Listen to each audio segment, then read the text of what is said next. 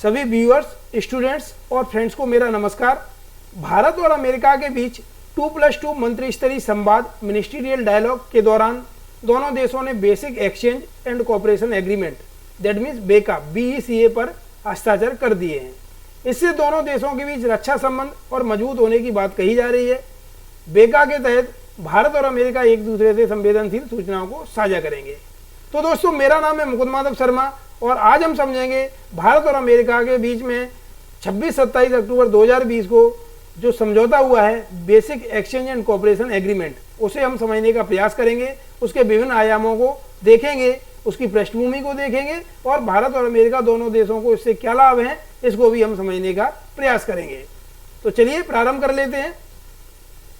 इस वार्ता से पहले दोस्तों मैं आपको बताना चाहूँगा, इस वार्ता से पहले भी और भी वार्ताएं होती रही है। इस वार्ता से पहले 2015 से पहले अगर देखा जाए तो भारत और America US India strategic dialogue के तहत क्षेत्रीय सुरक्षा, आर्थिक सहयोग, प्रतिरक्षा, व्यापार और जलवायु परिवर्तन जैसे प्रमुख मुद्दों पर डायलॉग करते थे, बातचीत करते थे। जनवरी 2015 में क्या हुआ? जनवरी 2015 में तत्कालीन अमेरिकी राष्ट्रपति बराक ओबामा और भारत के प्रधानमंत्री नरेंद्र मोदी में इस वार्ता को परिवर्तित करके सामरिक और वाणिज्यिक वार्ता या स्ट्रेटेजिक एंड कमर्शियल डायलॉग नाम दे दिया।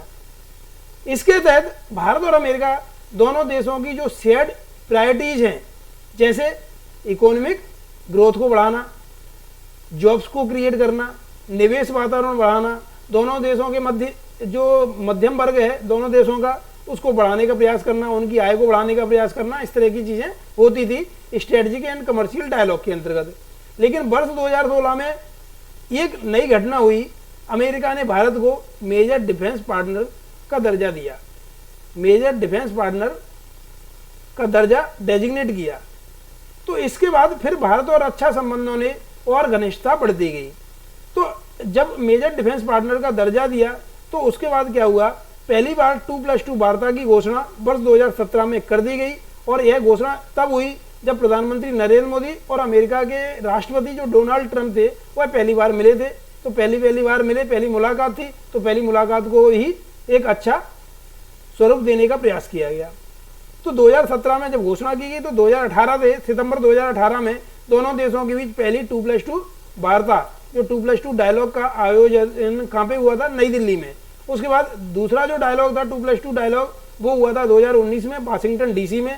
और थर्ड जो डायलॉग है 2+2 डायलॉग वह अभी हाल ही में दिल्ली के हैदराबाद हाउस में आयोजित किया गया और इसमें समझौता क्या किया गया? समझौता किया गया basic exchange and cooperation agreement BECA। तो इस वजह से हम इसको पूरा समझने का प्रयास कर रहे हैं। हाल ही में ये समझौता हुआ है तो इसकी कई डायमेंशंस भी है, कई इसके लाभ भी हैं। तो भारत और अमेरिका के बीच 26-27 अक्टूबर 2020 को तीसरी 2+2 वार्ता का आयोजन किया गया दिल्ली के हैदराबाद हाउस में। और इसमें क्या किया गया कि 2+2 का सेंस क्या है? 2+2, 2 मंत्री भारत के और 2 मंत्री USA के। तो 2 मंत्री भारत के कौन कौन थे? विदेश मंत्री होते हैं और रक्षा मंत्री, और विदेश मंत्री रक्षा मंत्री अमेरिका के भी होते हैं। तो भारत के विदेश मंत्री एस जयशंकर और रक्षा मंत्री राजनाथ सिंह मौजूद थे। इसके अलावा अमेरिका के विदेश मंत्री माइक पॉम्पियो और रक्षा मंत्री मार्क एस्पर मौजूद थे। भारत की तरफ से विदेश मंत्री कौन है? एस जयशंकर और रक्षा मंत्री राजनाथ सिंह थे। और इसके अलावा अमेरिका के विदेश मंत्री माइक पॉम्पियो और रक्षा मंत्री मार्क एस्पर मौजूद थे। अब चुनाव के रिजल्ट आएंगे, अमेरिकी राष्ट्रपति कौन बनेगा उसके आधार पर ये विदेश मंत्री, रक्षा मंत्री चेंज भी हो सकते हैं। तो जैसा कि इसके नाम से स्पष्ट है 2+2 वार्ता, तो 2+2 वार्ता में दो देशों के दो मंत्री भाग लेते हैं और शीर्ष स्तरीय मंत्री भाग लेते हैं, रक्षा मंत्री, विदेश मंत्री। तो इस डायलॉग का काफी अपने आप में महत्व दिखाई देता है। इस तरह की वार्ता की जो शुरुआत की थी वह जापान ने की थी, उसके बाद अन्य देश भी अपनाने लगे। भारत और साउथ कोरिया के बीच में भी 2+2 वार्ता आयोजित होने लगी, हालांकि थोड़ा डिफरेंस दिखाई देता है। तो बेका समझौता हुआ 2+2 एग्रीमेंट के तहत, 2+2 जो डायलॉग था उसके अंतर्गत ही हुआ। तो BECA क्या है? BECA उन बेसिक समझौतों में से अंतिम समझौता है जिन्हें अमेरिका अपने करीबी साझेदार देशों के साथ सेनाओं की एक तरह से म्यूचुअल डिपेंडेंसी और एक दूसरे के साथ सेंसिटिव और क्लासिफाइड इंफॉर्मेशन को शेयर किया जा सके, इसके लिए बेका अपने आप में महत्वपूर्ण समझौता है।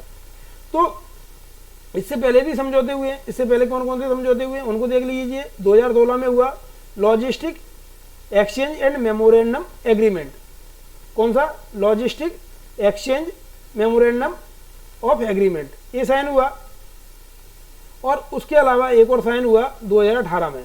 2018 में साइन हुआ कॉमकासा, जिसे हम क्या कहते हैं, COMCASA, communication compatibility and security arrangement, communication compatibility and security arrangement COMCASA. और 2019 में साइन हुआ GSO-MIA, जनरल सिक्योरिटी और मिलिट्री इंफॉर्मेशन एग्रीमेंट, GSO-MIA। और इसको कब साइन किया गया? 2002 में इसको साइन किया गया। ओके दोस्तों, यहाँ तक सारी चीज़ें क्लियर हो गई हैं। बेका समझौते में इस तरह से हमें काफ़ी विविधता दिखाई देती है। बेका समझौते से पहले ही पृष्ठभूमि बन चुकी है और 3 समझौते उससे पहले साइन हो चुके हैं। तो उन 3 समझौतों को भी हम देखेंगे, लेकिन हम अभी यहाँ पर ये बता देते हैं कि जो बेका एग्रीमेंट है, basic exchange and cooperation agreement, इसके तहत जियो स्पेशल इंफॉर्मेशन को एक्सचेंज किया जाएगा, जिसके माध्यम से हमारे जो हथियार हैं, जो हमारी मिसाइल है, हमारे ड्रोन हैं, उनकी क्या होगी? एक्यूरेसी बढ़ जाएगी, उनकी टारगेटिंग कैपेसिटी बढ़ जाएगी, एक्यूरेसी बढ़ जाएगी। तो जियो स्पेशल आखिरकार क्या होता है? जियो स्पेशल, तो इसमें क्या होगा कि जियो प्लस स्पेस मैपिंग और स्पेस की जो है जानकारी मिल सकेगी कि वहाँ का किस तरह से वातावरण है, किस तरह की चीज़ें हैं। तो बेका में क्या होगा, आपको बता देता हूँ पूरा। इस जियो स्पेशल क्या होता है? तो जियो स्पेशल इन्फॉर्मेशन ऐसी इन्फॉर्मेशन होती है जिसमें ज्योग्राफी और मैपिंग बेस्ड दोनों चीज़ें होती हैं, और इसके अलावा प्लेस बेस्ड और लोकेशन बेस्ड इन्फॉर्मेशन इसमें होती है। प्लेस बेस्ड या लोकेशन बेस्ड इन्फॉर्मेशन होती है। इसके माध्यम से क्या होता है कि इसकी हथियारों की हमारी एक्यूरेसी बढ़ जाती है। जैसे क्या हुआ था कि बालाकोट पे अटैक किया, बालाकोट पुलवामा में अटैक हुआ, हमारी आर्मी पे अटैक हुआ, तो हमने उसका क्या किया, हमारे 40 सैनिक मारे गए, तो कुछ ना कुछ तो बड़ा करना था, बदला तो लिया जाना था। तो हमने क्या किया, आतंकवादियों पर अटैक किया, और लगभग बताया गया कि लगभग 300 से 350 आतंकवादी वहाँ पर मारे गए थे। भारत ने जब बालाकोट में अटैक किया, तो भारत में बालाकोट को पे अटैक हुआ, इजरायली कुछ बॉम्ब थे, उनका प्रयोग किया गया, विमानों से गिराया गया। तो क्या हुआ कि 80-85% तो एक्यूरेसी सही रही, लेकिन कुछ बम इधर उधर भी गिरे जो है। तो हम एक्यूरेसी को, उसको एकदम स्पेसिफिक एक्यूरेसी को बढ़ा सकें, तो इसको क्या होगा, जियो स्पेशल इन्फॉर्मेशन हमको काफ़ी कुछ हेल्प करेगी। तो जियो स्पेशल इन्फॉर्मेशन इट मीन्स कि वहाँ की ज्योग्राफी कैसी है, वहाँ का ग्रेविटेशन कितना है, ग्रेविटेशन भी तो डिपेंड करता है। कोई अगर कुछ चीज़ ऊपर से गिरती है तो ग्रेविटेशनल फोर्स भी तो इम्पोर्टेंट होता है। तो वहाँ पर ग्रेविटेशन का स्तर क्या है, वहाँ पर भौगोलिक स्थिति किस तरह से है, और वहाँ पर और भी अन्य चीज़ें किस तरह से हैं, वहाँ की स्थानिक प्रवृत्ति किस तरह से है। तो उसके माध्यम से क्या किया जाता है कि फिर जो स्पेशल इन्फॉर्मेशन इसके अंतर्गत आती है और इसका काफ़ी फायदा लिया जाता है। तो मैं आपको बताना चाहूँगा कि बेका समझौते के तहत क्या क्या शेयर होगा, वो मैं आपको बता देता हूँ। यहाँ पर मुख्य रूप से जो जियो स्पेशल इन्फॉर्मेशन है उसके तहत maps, chart, commercial and other unclassified जो इमेजरी है, जो अनक्लासिफाइड इन्फॉर्मेशन है, जो बहुत सीक्रेट नहीं है, मतलब क्लासिफाइड तो बहुत सीक्रेट हो जाती है, तो अनक्लासिफाइड इमेजरी शेयर की जाएगी। इसके अलावा जियोडेटिक, जियोफिजिकल, जियोमैग्नेटिक और ग्रेविटी डाटा भी शेयर किया जाएगा। इसके अलावा रिलेटेड जो प्रोडक्ट्स है, पब्लिकेशन है, मटेरियल है, प्रिंटेड और डिजिटल फॉर्मेट में ये भी शेयर किया जाएगा। इसके अलावा म्यूचुअल टेक्निकल असिस्टेंस और टेक्नोलॉजी इंफॉर्मेशन एक्सचेंजेज, ये भी सारी चीज़ें एक्सचेंज की जाएंगी अपने आप में। तो इस तरह से ये अपने आप में इंपॉर्टेंट हो गया, काफ़ी महत्वपूर्ण हो गया, काफ़ी चीज़ें एक्यूरेट हो गई, ओके हो गई। ओके दोस्तों, तो इस तरह की इन्फॉर्मेशन, इस तरह की जियो स्पेशल इन्फॉर्मेशन को शेयर किया जा सकेगा, जिससे हमारे हथियारों की, हमारे ड्रोन्स की, हमारी मिसाइलों की कैपेसिटी बढ़ सके, एक्यूरेसी उसकी काफ़ी बढ़ सके। ठीक है दोस्तों, यहाँ तक चीज़ें क्लियर हो गई, जिससे प्रिसीजन स्ट्राइक की जा सके। यहाँ तक क्लियर हो गया होगा। अब हम थोड़ा सा चीज़ों को और देखते हैं, व्यापक रूप से समझते हैं। जियो स्पेशल तो मैंने आपको बता ही दिया। अब BECA क्यों इंपॉर्टेंट है, इसमें क्या क्या होगा, किस तरह से चीज़ें शेयर की जाएंगी, तो उनको भी हम थोड़ा समझने का प्रयास करते हैं। तो मैं आपको बताना चाहूँगा कि इससे पहले जो समझौते हुए हैं उनका भी अपने आप में काफ़ी महत्व दिखाई देता है। तो उन समझौतों को थोड़ा सा चर्चा कर लेते हैं, फिर बेका पे आ जाते हैं। BECA पर, basic exchange and cooperation agreement, 4 basic समझौतों में से अंतिम समझौता है। इससे पहले 3 समझौते और हो चुके हैं, जो मैंने आपको बताया, GSO-MIA 2002 में, फिर उसके बाद लेमोआ कब, logistic exchange memorandum of agreement कब साइन हुआ, 2016 में, फिर कॉमकासा साइन हुआ, communication compatibility and security agreement COMCASA 2018 में। तो इनको भी हम थोड़ा सा समझ लेते हैं कि आखिरकार ये समझौते किस तरह से हैं और इनसे हमें क्या फ़ायदा होता है, ये सारी चीज़ों को भी समझना जरूरी है। फिर हम आ जाते हैं बेका पर कि BECA जो इन्फॉर्मेशन है BECA जो एग्रीमेंट है तो वो किस तरह से कार्य करेगा। तो सबसे पहले बात कर लेते हैं दोस्तों जनरल सिक्योरिटी और मिलिट्री इंफॉर्मेशन एग्रीमेंट। भारत के रक्षा मंत्री विजिट किए थे 2002 में अमेरिका, तो उस दौरान ही क्या हुआ, उस दौरान ही ये एग्रीमेंट साइन हुआ, GSO MIA जनरल सिक्योरिटी और मिलिट्री इंफॉर्मेशन एग्रीमेंट। इसके तहत भारत के साथ साझा की गई जो महत्वपूर्ण सूचना है उनकी सुरक्षा सुनिश्चित की जाएगी। सुरक्षा मानकों को सुनिश्चित करने के लिए विशेष उपायों का प्रावधान किया गया और इसके माध्यम से क्या होगा, जो साजो सामान जो होगा अमेरिका का उसकी बिक्री और भारत आसानी से खरीद सके, उस तक आसानी से पहुंच वहाँ पे विकसित की गई। तो उसके बाद फिर हुआ LEMOA logistic exchange memorandum of agreement. तो इसमें क्या हुआ कि इसमें बेसिकली जैसा नाम से स्पष्ट है लॉजिस्टिक एक्सचेंज होगी। इसमें भारत ने 2016 में इस पर हस्ताक्षर किए। यह समझौता भारत और अमेरिकी सेनाओं की एक दूसरे की सैन्य सुविधाओं तक पहुंच आसानी से सुनिश्चित हो सके इसके लिए, लेकिन इसे अनिवार्य नहीं बनाता है। कुछ स्वैच्छिक चीज़ें भी इसमें थी, ठीक है ना, कि कुछ इन्फॉर्मेशन देनी कुछ नहीं देनी है। यह समझौता दोनों जो लॉजिस्टिक सपोर्ट है कई जगह नहीं भी देता है, लेकिन ज़्यादातर सहयोग मिलता है। तो लेमोआ का सबसे बड़ा लाभार्थी भारतीय नौसेनाएं थी और भारतीय नौसेना ने क्या किया, विदेशी नौसेनाओं के साथ सबसे ज़्यादा सूचना या आदान प्रदान और अभ्यास का कार्य करती है, क्योंकि संयुक्त सैन्य अभ्यास होते हैं, प्रशिक्षण होते हैं, मानवीय सहायता वाले ऑपरेशंस भी किए जाते हैं, डिजास्टर मैनेजमेंट कई बार जो है संयुक्त नौसेनाएं कार्य करती हैं। तो उसमें क्या होता है, इन सारी चीज़ों की लॉजिस्टिक की सपोर्ट की जरूरत पड़ती है। तो लेमोआ साइन किया गया था, उसकी काफ़ी यूटिलिटी अभी प्रेजेंट में दिखाई देती है। अब उसके बाद तीसरा समझौता हुआ communication compatibility and security agreement. कौन सा? Communication compatibility and security agreement, COMCASA. COM means communication, C उसके बाद जो सी है उसका सेंस है कंपेटेबिलिटी, और उसके बाद ए एंड ऐसे लास्ट में जो है security agreement, communication compatibility and security agreement. तो यह सिस्मोआ जो USA का है, जो अन्य देशों के साथ करता है, उसका भारतीय वर्जन है कॉम कासा। सिस्मोआ जो एग्रीमेंट है उसका फुल फॉर्म क्या है, communication and information on security memorandum of agreement. CISMOA का भारतीय वर्जन क्या है, कॉम कासा। तो कॉम कासा का फुल फॉर्म है communication compatibility and security agreement, और ये साइन हुआ था 2018 में। इसके तहत भारतीय सेना को अमेरिका से महत्वपूर्ण और एनक्रिप्टेड रक्षा प्रौद्योगिकियां मिलेंगी, और यह एग्रीमेंट हुआ अमेरिका से मंगाए गए जो रक्षा प्लेटफॉर्म है उन पर उच्च सुरक्षा वाले उपकरणों को भी लगाने की अनुमति मिल जाएगी कॉम कासा से। अब बात आई चौथा समझौता जो हम बात कर रहे हैं बेका, BECA। तो BECA में अगर मेन हम पॉइंट की बात करें, मुख्य अगर पॉइंट की बात करें, ये सारी चीज़ें तो मैंने आपको बता दी हैं कि basic exchange and cooperation agreement और बेका will allow India to gain access to precision data and topographical images on real-time basis from United States military satellite. BECA will give India access to classified geospatial data as well as critical information having significant military applications. Classified information भी मिलेगी और critical information भी मिलेगी। और BECA से क्या होगा, it will give India expertise और geospatial intelligence, which simply put means it help give more accuracy to forces when using weapons like cruise, ballistic missile और ड्रोन्स। जब हम बैलिस्टिक मिसाइल, क्रूज, ड्रोन वगैरह use करते हैं तो उनको काफ़ी से क्या होगी, प्रिसीजन अटैक हो सकेंगे, काफ़ी एक्यूरेसी से अटैक किया जा सकता है। तो इस तरह से basic exchange and cooperation agreement का काफ़ी यूटिलिटी दिखाई देती है, हमें साफ यूटिलिटी दिखाई देती है। और अगर हम थोड़ा सा और आगे बात करें तो it will make mission planning easier for the Indian forces as they will be provided with geographical coordinates and feeds in real-time data. Chances of missing targets reduce considerably. काफ़ी कम हो जाएगा टारगेट मिस होने के, और इससे क्या होगा, काफ़ी अच्छे से अटैक किया जा सकता है। ड्रोन भी USA के बाई किए जा सकेंगे। इसके अलावा पहले भी कुछ समझौते दिए गए हैं, वो स्क्रीन पे आपको दिखाई दे रहे होंगे, वो मैंने आपको बताई दिए हैं ऑलरेडी। इसके अलावा जो PLA जो पीपुल रिपब्लिकन आर्मी जो है चाइना की, उस पर काफ़ी कंट्रोल किया जा सकेगा। इंडियन ओशियन में उसकी जो सबमरीन है उनको भी हम टारगेट कर सकते हैं ज़रूरत पड़ी तो। और इसके अलावा इंडियन ओशियन रीजन में हमारी भूमिका काफ़ी कुछ मजबूत हो जाएगी और हमारी ऑब्जर्वेशन की पावर काफ़ी बढ़ जाएगी। ठीक है दोस्तों, अब इसको मेन पॉइंट को हम डिस्कस कर लेते हैं एक बार कि बेका जो है वो बुनियादी विनिमय और सहयोग समझौता भारत को क्लासिफाइड भूस्थानिक डेटा के साथ साथ सैन्य जो एप्लीकेशन है उससे जुड़ी महत्वपूर्ण जानकारी देगा। और ये फोर्थ एग्रीमेंट है वो मैंने आपको बता ही दिया।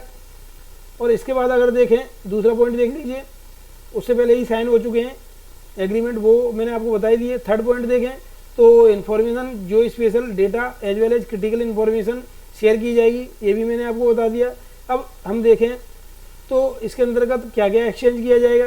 तो इसके अंतर्गत एक्सचेंज किया जाएगा दोनों देश map, nautical and aeronautical chart, वाणिज्यिक एवं अन्य अनक्लासिफाइड तस्वीर, भूभौतिकी, भूचुंबकी, जियोमैग्नेटिक और ग्रेविटेशनल ये डेटा हमको मिल सकेंगे। तो बेका समझौते थे अमेरिका अपने सैन्य सैटेलाइट के जरिए संवेदनशील भौगोलिक क्षेत्रों की अहम सूचनाएं और डेटा तुरंत ही भारत को साझा कर पाएगा, भारत के साथ आसानी से साझा हो पाएगा। भारत को हालांकि सीक्रेट रखना होगा। साथ ही भारत हिंद महासागर में चीनी युद्धपोतों की गतिविधियों पर बारीकी से नजर रख पाएगा और आसानी से पिन पॉइंट एक्यूरेसी हो जाएगी भारत की हथियारों की। और India will able to keep a close watch on the movements of Chinese warship in the Indian ocean, जो मैंने आपको बता ही दिया। अब देखिए नेक्स्ट पॉइंट, अगर पाकिस्तान पे अगर दोबारा से किसी तरह का ऐसा बालाकोट जैसी कोई स्ट्राइक करनी हुई, जो सर्जिकल स्ट्राइक करनी हुई, तो हमें काफ़ी आसानी होगी, हमारे हथियार नहीं मिस करेंगे। तो इन सारी चीज़ों से हमें काफ़ी फायदा होने वाला है, नो डाउट। और इसको लेकर कुछ चिंताएं भी जताई गई थी कि कुछ चिंताएं होगी अगर हमारी जो क्लासिफाइड लेवल तक पहुंच सुनिश्चित हो जाएगी अमेरिका की, तब तो काफ़ी दिक्कत हो जाएगी। और इसके अलावा गोपनीय सूचनाओं की सुरक्षा को लेकर बेका पर चिंताएं जताई गई थी। हमारे जो आर्म फोर्सेस हैं उन्होंने चिंता भी जताई थी। इन चिंताओं को भारत ने अमेरिका के साथ कई दौर की वार्ता के दौरान काफ़ी हल कर लिया है।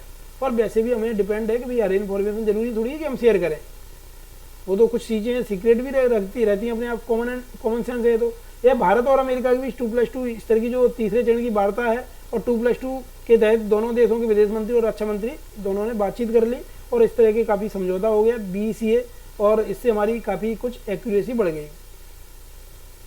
ओके दोस्तों, यहाँ तक चीज़ें क्लियर हो गई। क्रूज मिसाइल वगैरह का जैसे बैलिस्टिक मिसाइल और ड्रोन की काफ़ी कैपेसिटी बढ़ गई। और इससे क्या हुआ, चाइनीज इन्फ्लुएंस को, जो इंडो पैसिफिक जो रीजन है उसमें चाइनीज ग्रोइंग जो इन्फ्लुएंस है, आक्रामकता है, उसको कंट्रोल किया जा सकता है। जैसे अभी लद्दाख में काफ़ी आपको देखने को मिल ही रही है तनातनी, बहुत दिनों से बहुत लंबे समय से सेनाएं आगे एक दूसरे के आगे लगी हुई है। तो इस तरह की स्थितियाँ दोबारा से न क्रिएट हो पाएँ, और क्रिएट होती हैं तो भारत पिन पॉइंट अटैक कर सके, इस तरह की काफ़ी क्षमताएँ भारत को प्राप्त होती हैं। तो बेका क्या है, इस तरह के मैंने आपको बताया फाउंडेशनल कुछ एग्रीमेंट थे। तो फाउंडेशनल एग्रीमेंट ये सामने आपको स्क्रीन पर दिखाई दे ही रहे हैं। तो इस तरह के जो लॉजिस्टिक के लिए logistic exchange memorandum of agreement LEMOA, और इसके अलावा सिस्मोआ का भारतीय वर्जन कॉमकासा उस पर साइन हुए, और इसके अलावा basic exchange and cooperation agreement पर साइन हुए। उससे पहले शुरुआत में GSOMIA वो तो 2002 से पहले हुआ, लेकिन मेन एग्रीमेंट यही है, logistic exchange memorandum of agreement LEMOA, communication interoperability and security memorandum of agreement, जिसका भारतीय वर्जन कॉमकासा है, और इसके अलावा basic exchange and cooperation agreement. अब इससे तो हमें काफ़ी जो स्पेशल इन्फॉर्मेशन मिलेगी, तो अब तो हम काफ़ी कुछ आगे बढ़ चुके हैं। अब बेका की जब हम बात करते हैं दोस्तों, तो इसके बाद कई तरह की बातें आई इसमें कि बेका और अन्य रक्षा समझौतों के माध्यम से भारत को तो बहुत फायदा हुआ, लेकिन अमेरिका ऐसे ही समझौता कर रहा है क्या? अमेरिका भारत को अपने रक्षा उपकरण, हथियार इत्यादि बेचकर जो लाभ प्राप्त कर सकेगा, आर्थिक रूप से लाभ प्राप्त कर सकेगा।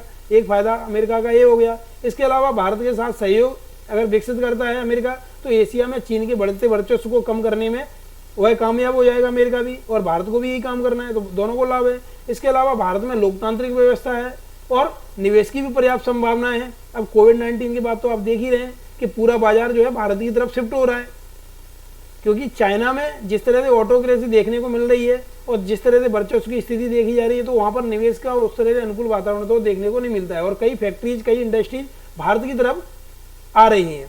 तो इससे क्या होगा, भारत में लोकतांत्रिक व्यवस्था है और निवेश की जो है पर्याप्त अपॉर्चुनिटीज हैं, संभावनाएं हैं।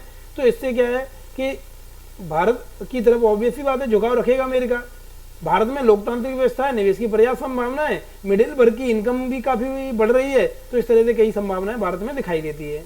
लेकिन चीन के साथ देखा जाए तो चीन शुरू से ही दक्षिणी चीन सागर हो, चाहे हिंद महासागर हो, या फिर जापान के साथ टकराव की स्थिति हो, सभी में बढ़ चढ़कर भाग लेता है आगे, और इस तरह से कॉन्फ्लिक्ट उसका रहता है। जितने भी बॉर्डरिंग कंट्रीज हैं सबके साथ कॉन्फ्लिक्ट वाली स्थिति है। अमेरिका एशिया में भारत को हमेशा ही प्रमुख सहयोगी के रूप में हमेशा देखता है, और अच्छा समझौते से भारत और अमेरिका दोनों के ही परस्पर लाभ है, और यह लाभ आर्थिक, राजनीतिक, कूटनीतिक इत्यादि तरह के हमें दिखाई देते हैं। तो इस तरह से अपने आप में न केवल भारत को फायदा है, बल्कि अमेरिका को भी भारत से कई लाभ हैं, चाहे वह कूटनीतिक हो, चाहे भारत की बढ़ती वैश्विक स्थिति हो, भारत हर जगह पीस कीपिंग फोर्स में हर जगह अपने सैनिकों की कंट्रीब्यूशन करता है, फंड का भी कंट्रीब्यूशन करता है। और भारत की अगर स्थिति देखी जाए तो भारत की काफ़ी साफ सुथरी छवि भी है। वह सिविल न्यूक्लियर एग्रीमेंट हुआ अमेरिका के साथ, तो वह भी स्थिति भारत अमेरिका को पता है कि अमेरिका इसका दुरुपयोग नहीं करेगा, तो भारत की एक तरह से रेस्पॉन्सिबल स्थिति है। तो इस तरह से यह एग्रीमेंट आगे होते गए और बेकार तक हम आगे पहुंच गए हैं, तो अपने आप में काफ़ी इंपॉर्टेंस इसका दिखाई देता है। अब बात आई, कई लोगों ने कहा कि डोनाल्ड ट्रंप ने एक तरह से चुनाव अभियान में कि चुनाव में जीतना चाहते थे, लाभ लेना चाहते थे भारतवंशियों का, इसलिए उन्होंने जल्दी जल्दी में BCA का समझौता किया। लेकिन इस बात में मुझे पूरी सत्यता नहीं दिखाई देती है। समय को लेकर जरूर आगे पीछे हो सकता है, लेकिन ये तो समझौता कभी ना कभी होना था, क्योंकि 2 समझौते 2016 में 2018 में हो चुके थे। अब 2019 इसके बाद 20 में ये एग्रीमेंट हो ही गया बेका BCA। तो अब थोड़ी सी इसकी डायमेंशन और हम डिस्कस कर लेते हैं, फाइनली कंक्लूड कर रहे हैं बस। तो समझौते के तहत अमेरिका अपने उपग्रहों और सैटेलाइट चैनल की जो इन्फॉर्मेशन साझा होगी, तो भारत क्या होगा, भारत हिंद प्रशांत समुद्री क्षेत्रों में अपनी प्रेजेंस को बढ़ाएगा, मजबूती को बढ़ाएगा, और इससे हमें काफ़ी कुछ लाभ मिल लगेगा। हमारे हथियारों की एक्यूरेसी बढ़ जाएगी, कूटनीति को एक महत्वपूर्ण एक स्थान मिलेगा। तो इस तरह से अगर देखा जाए तो चीन की विस्तारवादी और आक्रामक नीतियों को भी हम कंटेन कर सकते हैं, रोक सकते हैं, उसकी एग्रेशन को, जो अभी आप देख ही रहे हैं कि भारत और अमेरिका के बीच में जो ताज़ा जो रक्षा समझौता हुआ है, उससे न केवल लद्दाख में चीनी हस्तक्षेप को नियंत्रित किया जा सकेगा, बल्कि चीन की वैश्विक आक्रामकता पर भी हम लगाम कस सकते हैं। तो भारत और अमेरिका के बीच में हुआ जो ताज़ा रक्षा समझौता है BCA, दोनों देशों के हितों के लिए ही नहीं बल्कि क्षेत्रीय संतुलन के दृष्टिकोण से भी देखें तो काफ़ी महत्वपूर्ण है। तो इस तरह से हमने सारे समझौते देख लिए, अच्छे से देख लिए, और आपको समझ में भी आ गए होंगे, उम्मीद करता हूं। अगर नहीं समझ में आए हो, थोड़ी कमी पेशी रही हो, तो आप दोबारा से वीडियो को सुन लीजिएगा, तो आपको चीज़ें और भी क्लियर हो जाएंगी। और उम्मीद करता हूं कि आप मेरे चैनल को लाइक भी कीजिए, सब्सक्राइब भी कीजिए, और अपने फ्रेंड्स के साथ में शेयर भी कीजिए।